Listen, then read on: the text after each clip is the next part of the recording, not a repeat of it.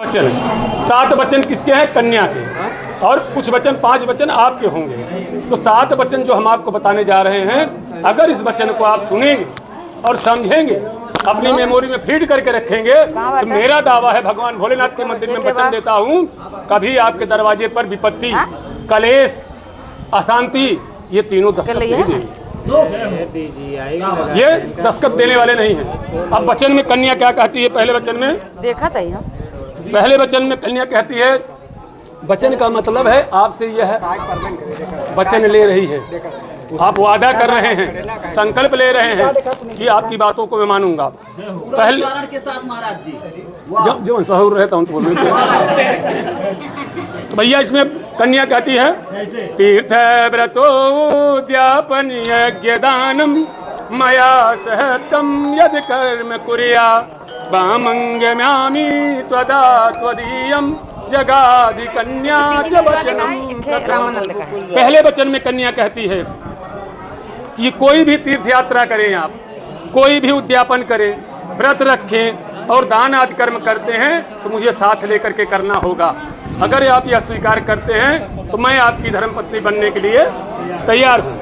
दूसरे वचन में कन्या कहती है, हव्यै प्रदानो रमरान प्रीत्यन काव्यम प्रदाने यस्य पूजयेथा वामंगयामि त्वदा त्वदीयम जगाधि कन्या वचनम द्वितीयम। दूसरे वचन में कन्या कहती है कि अगर आप हव्य ध्यान करेंगे, हव्य दान करेंगे और कव्य दान करेंगे, उसमें साथ लेना होगा मुझे। तो हव्य दान का मतलब होता है हवन करना, कव्य दान का मतलब होता है पिंड दान करना। जब पिंड दान करते हैं उसे कौओं को दान किया जाता है, इसलिए उसे कव्य दान कहते हैं, और हवन जो करते हैं उसे हव्य दान कहते हैं। दोनों में आप मुझे साथ रखेंगे तो मैं आपके वामंग में आने के लिए तैयार हूँ। तीसरे वचन में कन्या कहती है, कुटुम्ब रक्षा भरणम यन्त कुर्या पशूनाम परिपालनश्च वामंगयामि त्वदा त्वदीयम जगाधि कन्या वचनम तृतीयम। तीसरे वचन में कन्या कहती है कि आपके घर पे गाय हैं, भैंस है, पशु जितने भी हैं, उनका सबका लालन पालन मेरे अधिकार में होना चाहिए, और आपके माता पिता का मैं सदैव आदर करूंगा, वो करूंगी। इस अगर वचन को आप मानते हैं, मैं आपकी वामंगी बनने के लिए तैयार हूँ। चौथे वचन में कहती है, आयैवेयौ धान्य धनिकान् पृष्ट्वा निवेशम न गृहे निदद्या वामंगयामि त्वदा त्वदीयम जगाधि कन्या च वचनम चतुर्थम। चौथे वचन में कन्या कहती है, आयव्ययो, आय व्यय का मतलब होता है जो आय हो, और व्यय का मतलब जो खर्च हो, उन सब का हिसाब किताब हम दोनों को मिल के करना होगा। आप मेरी सलाह से कुछ खर्च करेंगे, अगर यह बात आपको स्वीकार है तो मैं आपके वामंग में आने के लिए तैयार हूँ। और पांचवें वचन में क्या करने कहती है, देवालयाकूप तराक बापी विद्या यदि पूजिये था वामंगयामि त्वदा त्वदीयम जगाधि कन्या च वचनम पंचमम। पांचवें वचन में कन्या कहती है, यदि आप तालाब बनवाएं, कुआं बनवाएं, मंदिर बनवाएं, बाग बगीचा लगवाएं, उसका उद्घाटन करें, उद्यापन करें, कोई भी कार्य आप करते हैं तो मुझे आप साथ लेकर के ही करेंगे। अगर यह आपको स्वीकार है तो मैं आपकी वामंगी बनने के लिए तैयार हूँ। अब छठे वचन में कन्या कहती है, देशांतरे आयस्पुरांतरे वा यदा विदद्य विकृतम वामंगयामि त्वदा त्वदीयम जगाधि कन्या च वचनम षष्ठमम।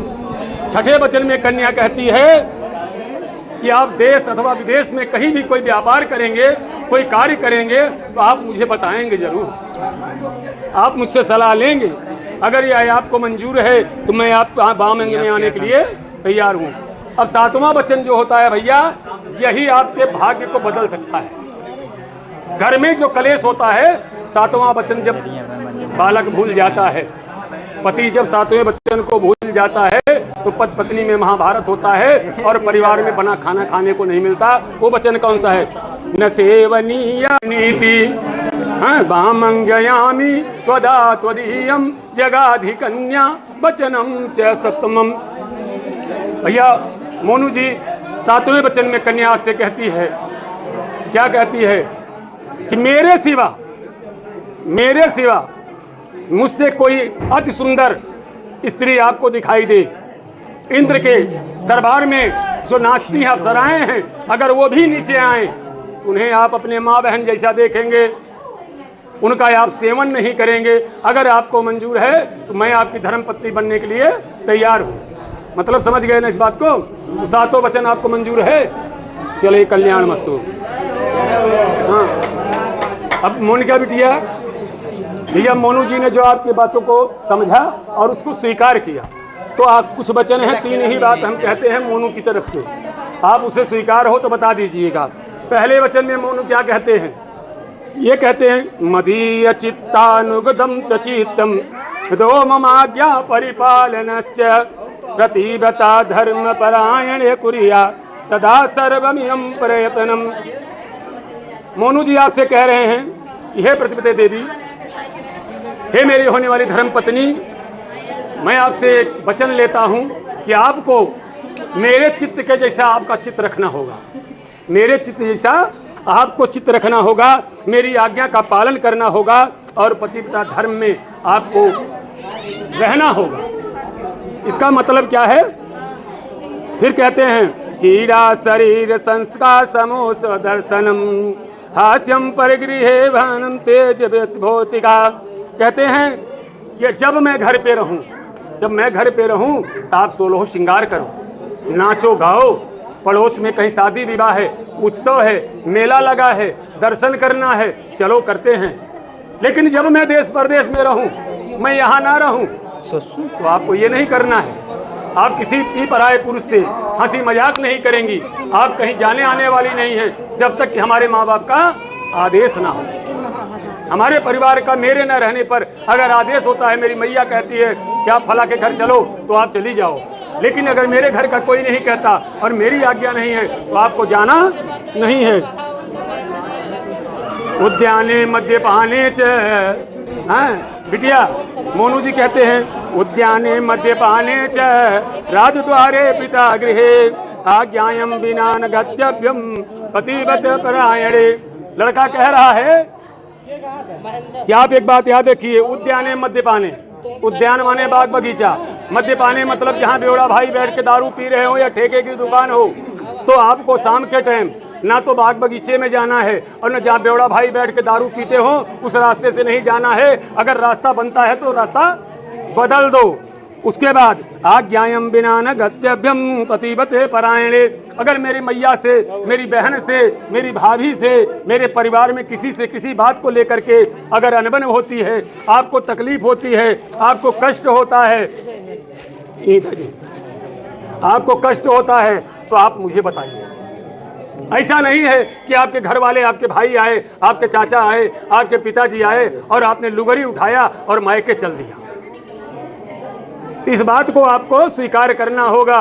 बिना माता पिता के, बिना इनकी आज्ञा के आप अपने पीहर भी नहीं जाओगी, क्योंकि बिटिया का घर तब तक होता है जब तक उसका सिंदूरदान ना हो जाए। सिंदूरदान होने के बाद उसकी ससुराल ही उसका असली घर होता है। जो नायक मायका होता है, ये हर बार बिटिया नया होता है, लेकिन वह अपना घर नहीं होता। बोले श्री रामचंद्र की। हाँ, तो जो बैठे हुए हैं ये दोनों लड़के, जिसको हम मोनू कह रहे हैं और इनको मेनिका कह रहे हैं, इन दोनों का मतलब क्या है जानते हो? किसी भी जाति का हो, किसी भी पक्ष का हो, जो बर बैठते हैं, इनका दोनों का नियम है कि राम सरिस बर दुलहिन सीता समधिय दशरथ जनक पुनीता। ये जो मोनू जी बैठे हैं ये स्वयं राम रूप में बैठे हुए हैं, और जो बिटिया बैठी है ये सीता माता के रूप में बैठी है। क्यों? कि इनके दाहिने अंग पे है, इसलिए साक्षात लक्ष्मी है। जब वाम अंग होगी तो इनकी धर्म पत्नी होगी। पूजा में, पाठ में, यज्ञ में, जब तक में आदमी क्या करता है? पत्नी को दाहिने अंग बैठाता है। शास्त्र ये कहता है कि अगर बाजार जा रहे हो पत्नी को लेकर के तो पत्नी आगे हो, आप पीछे हो। लेकिन आजकल जब आगे बेहरारू हो जाए, पीछे कहीं सर्व मेहर वैसा है। तो चलो भैया एक काम करा, अब सिंदूर दान का कार्यक्रम किया जाए।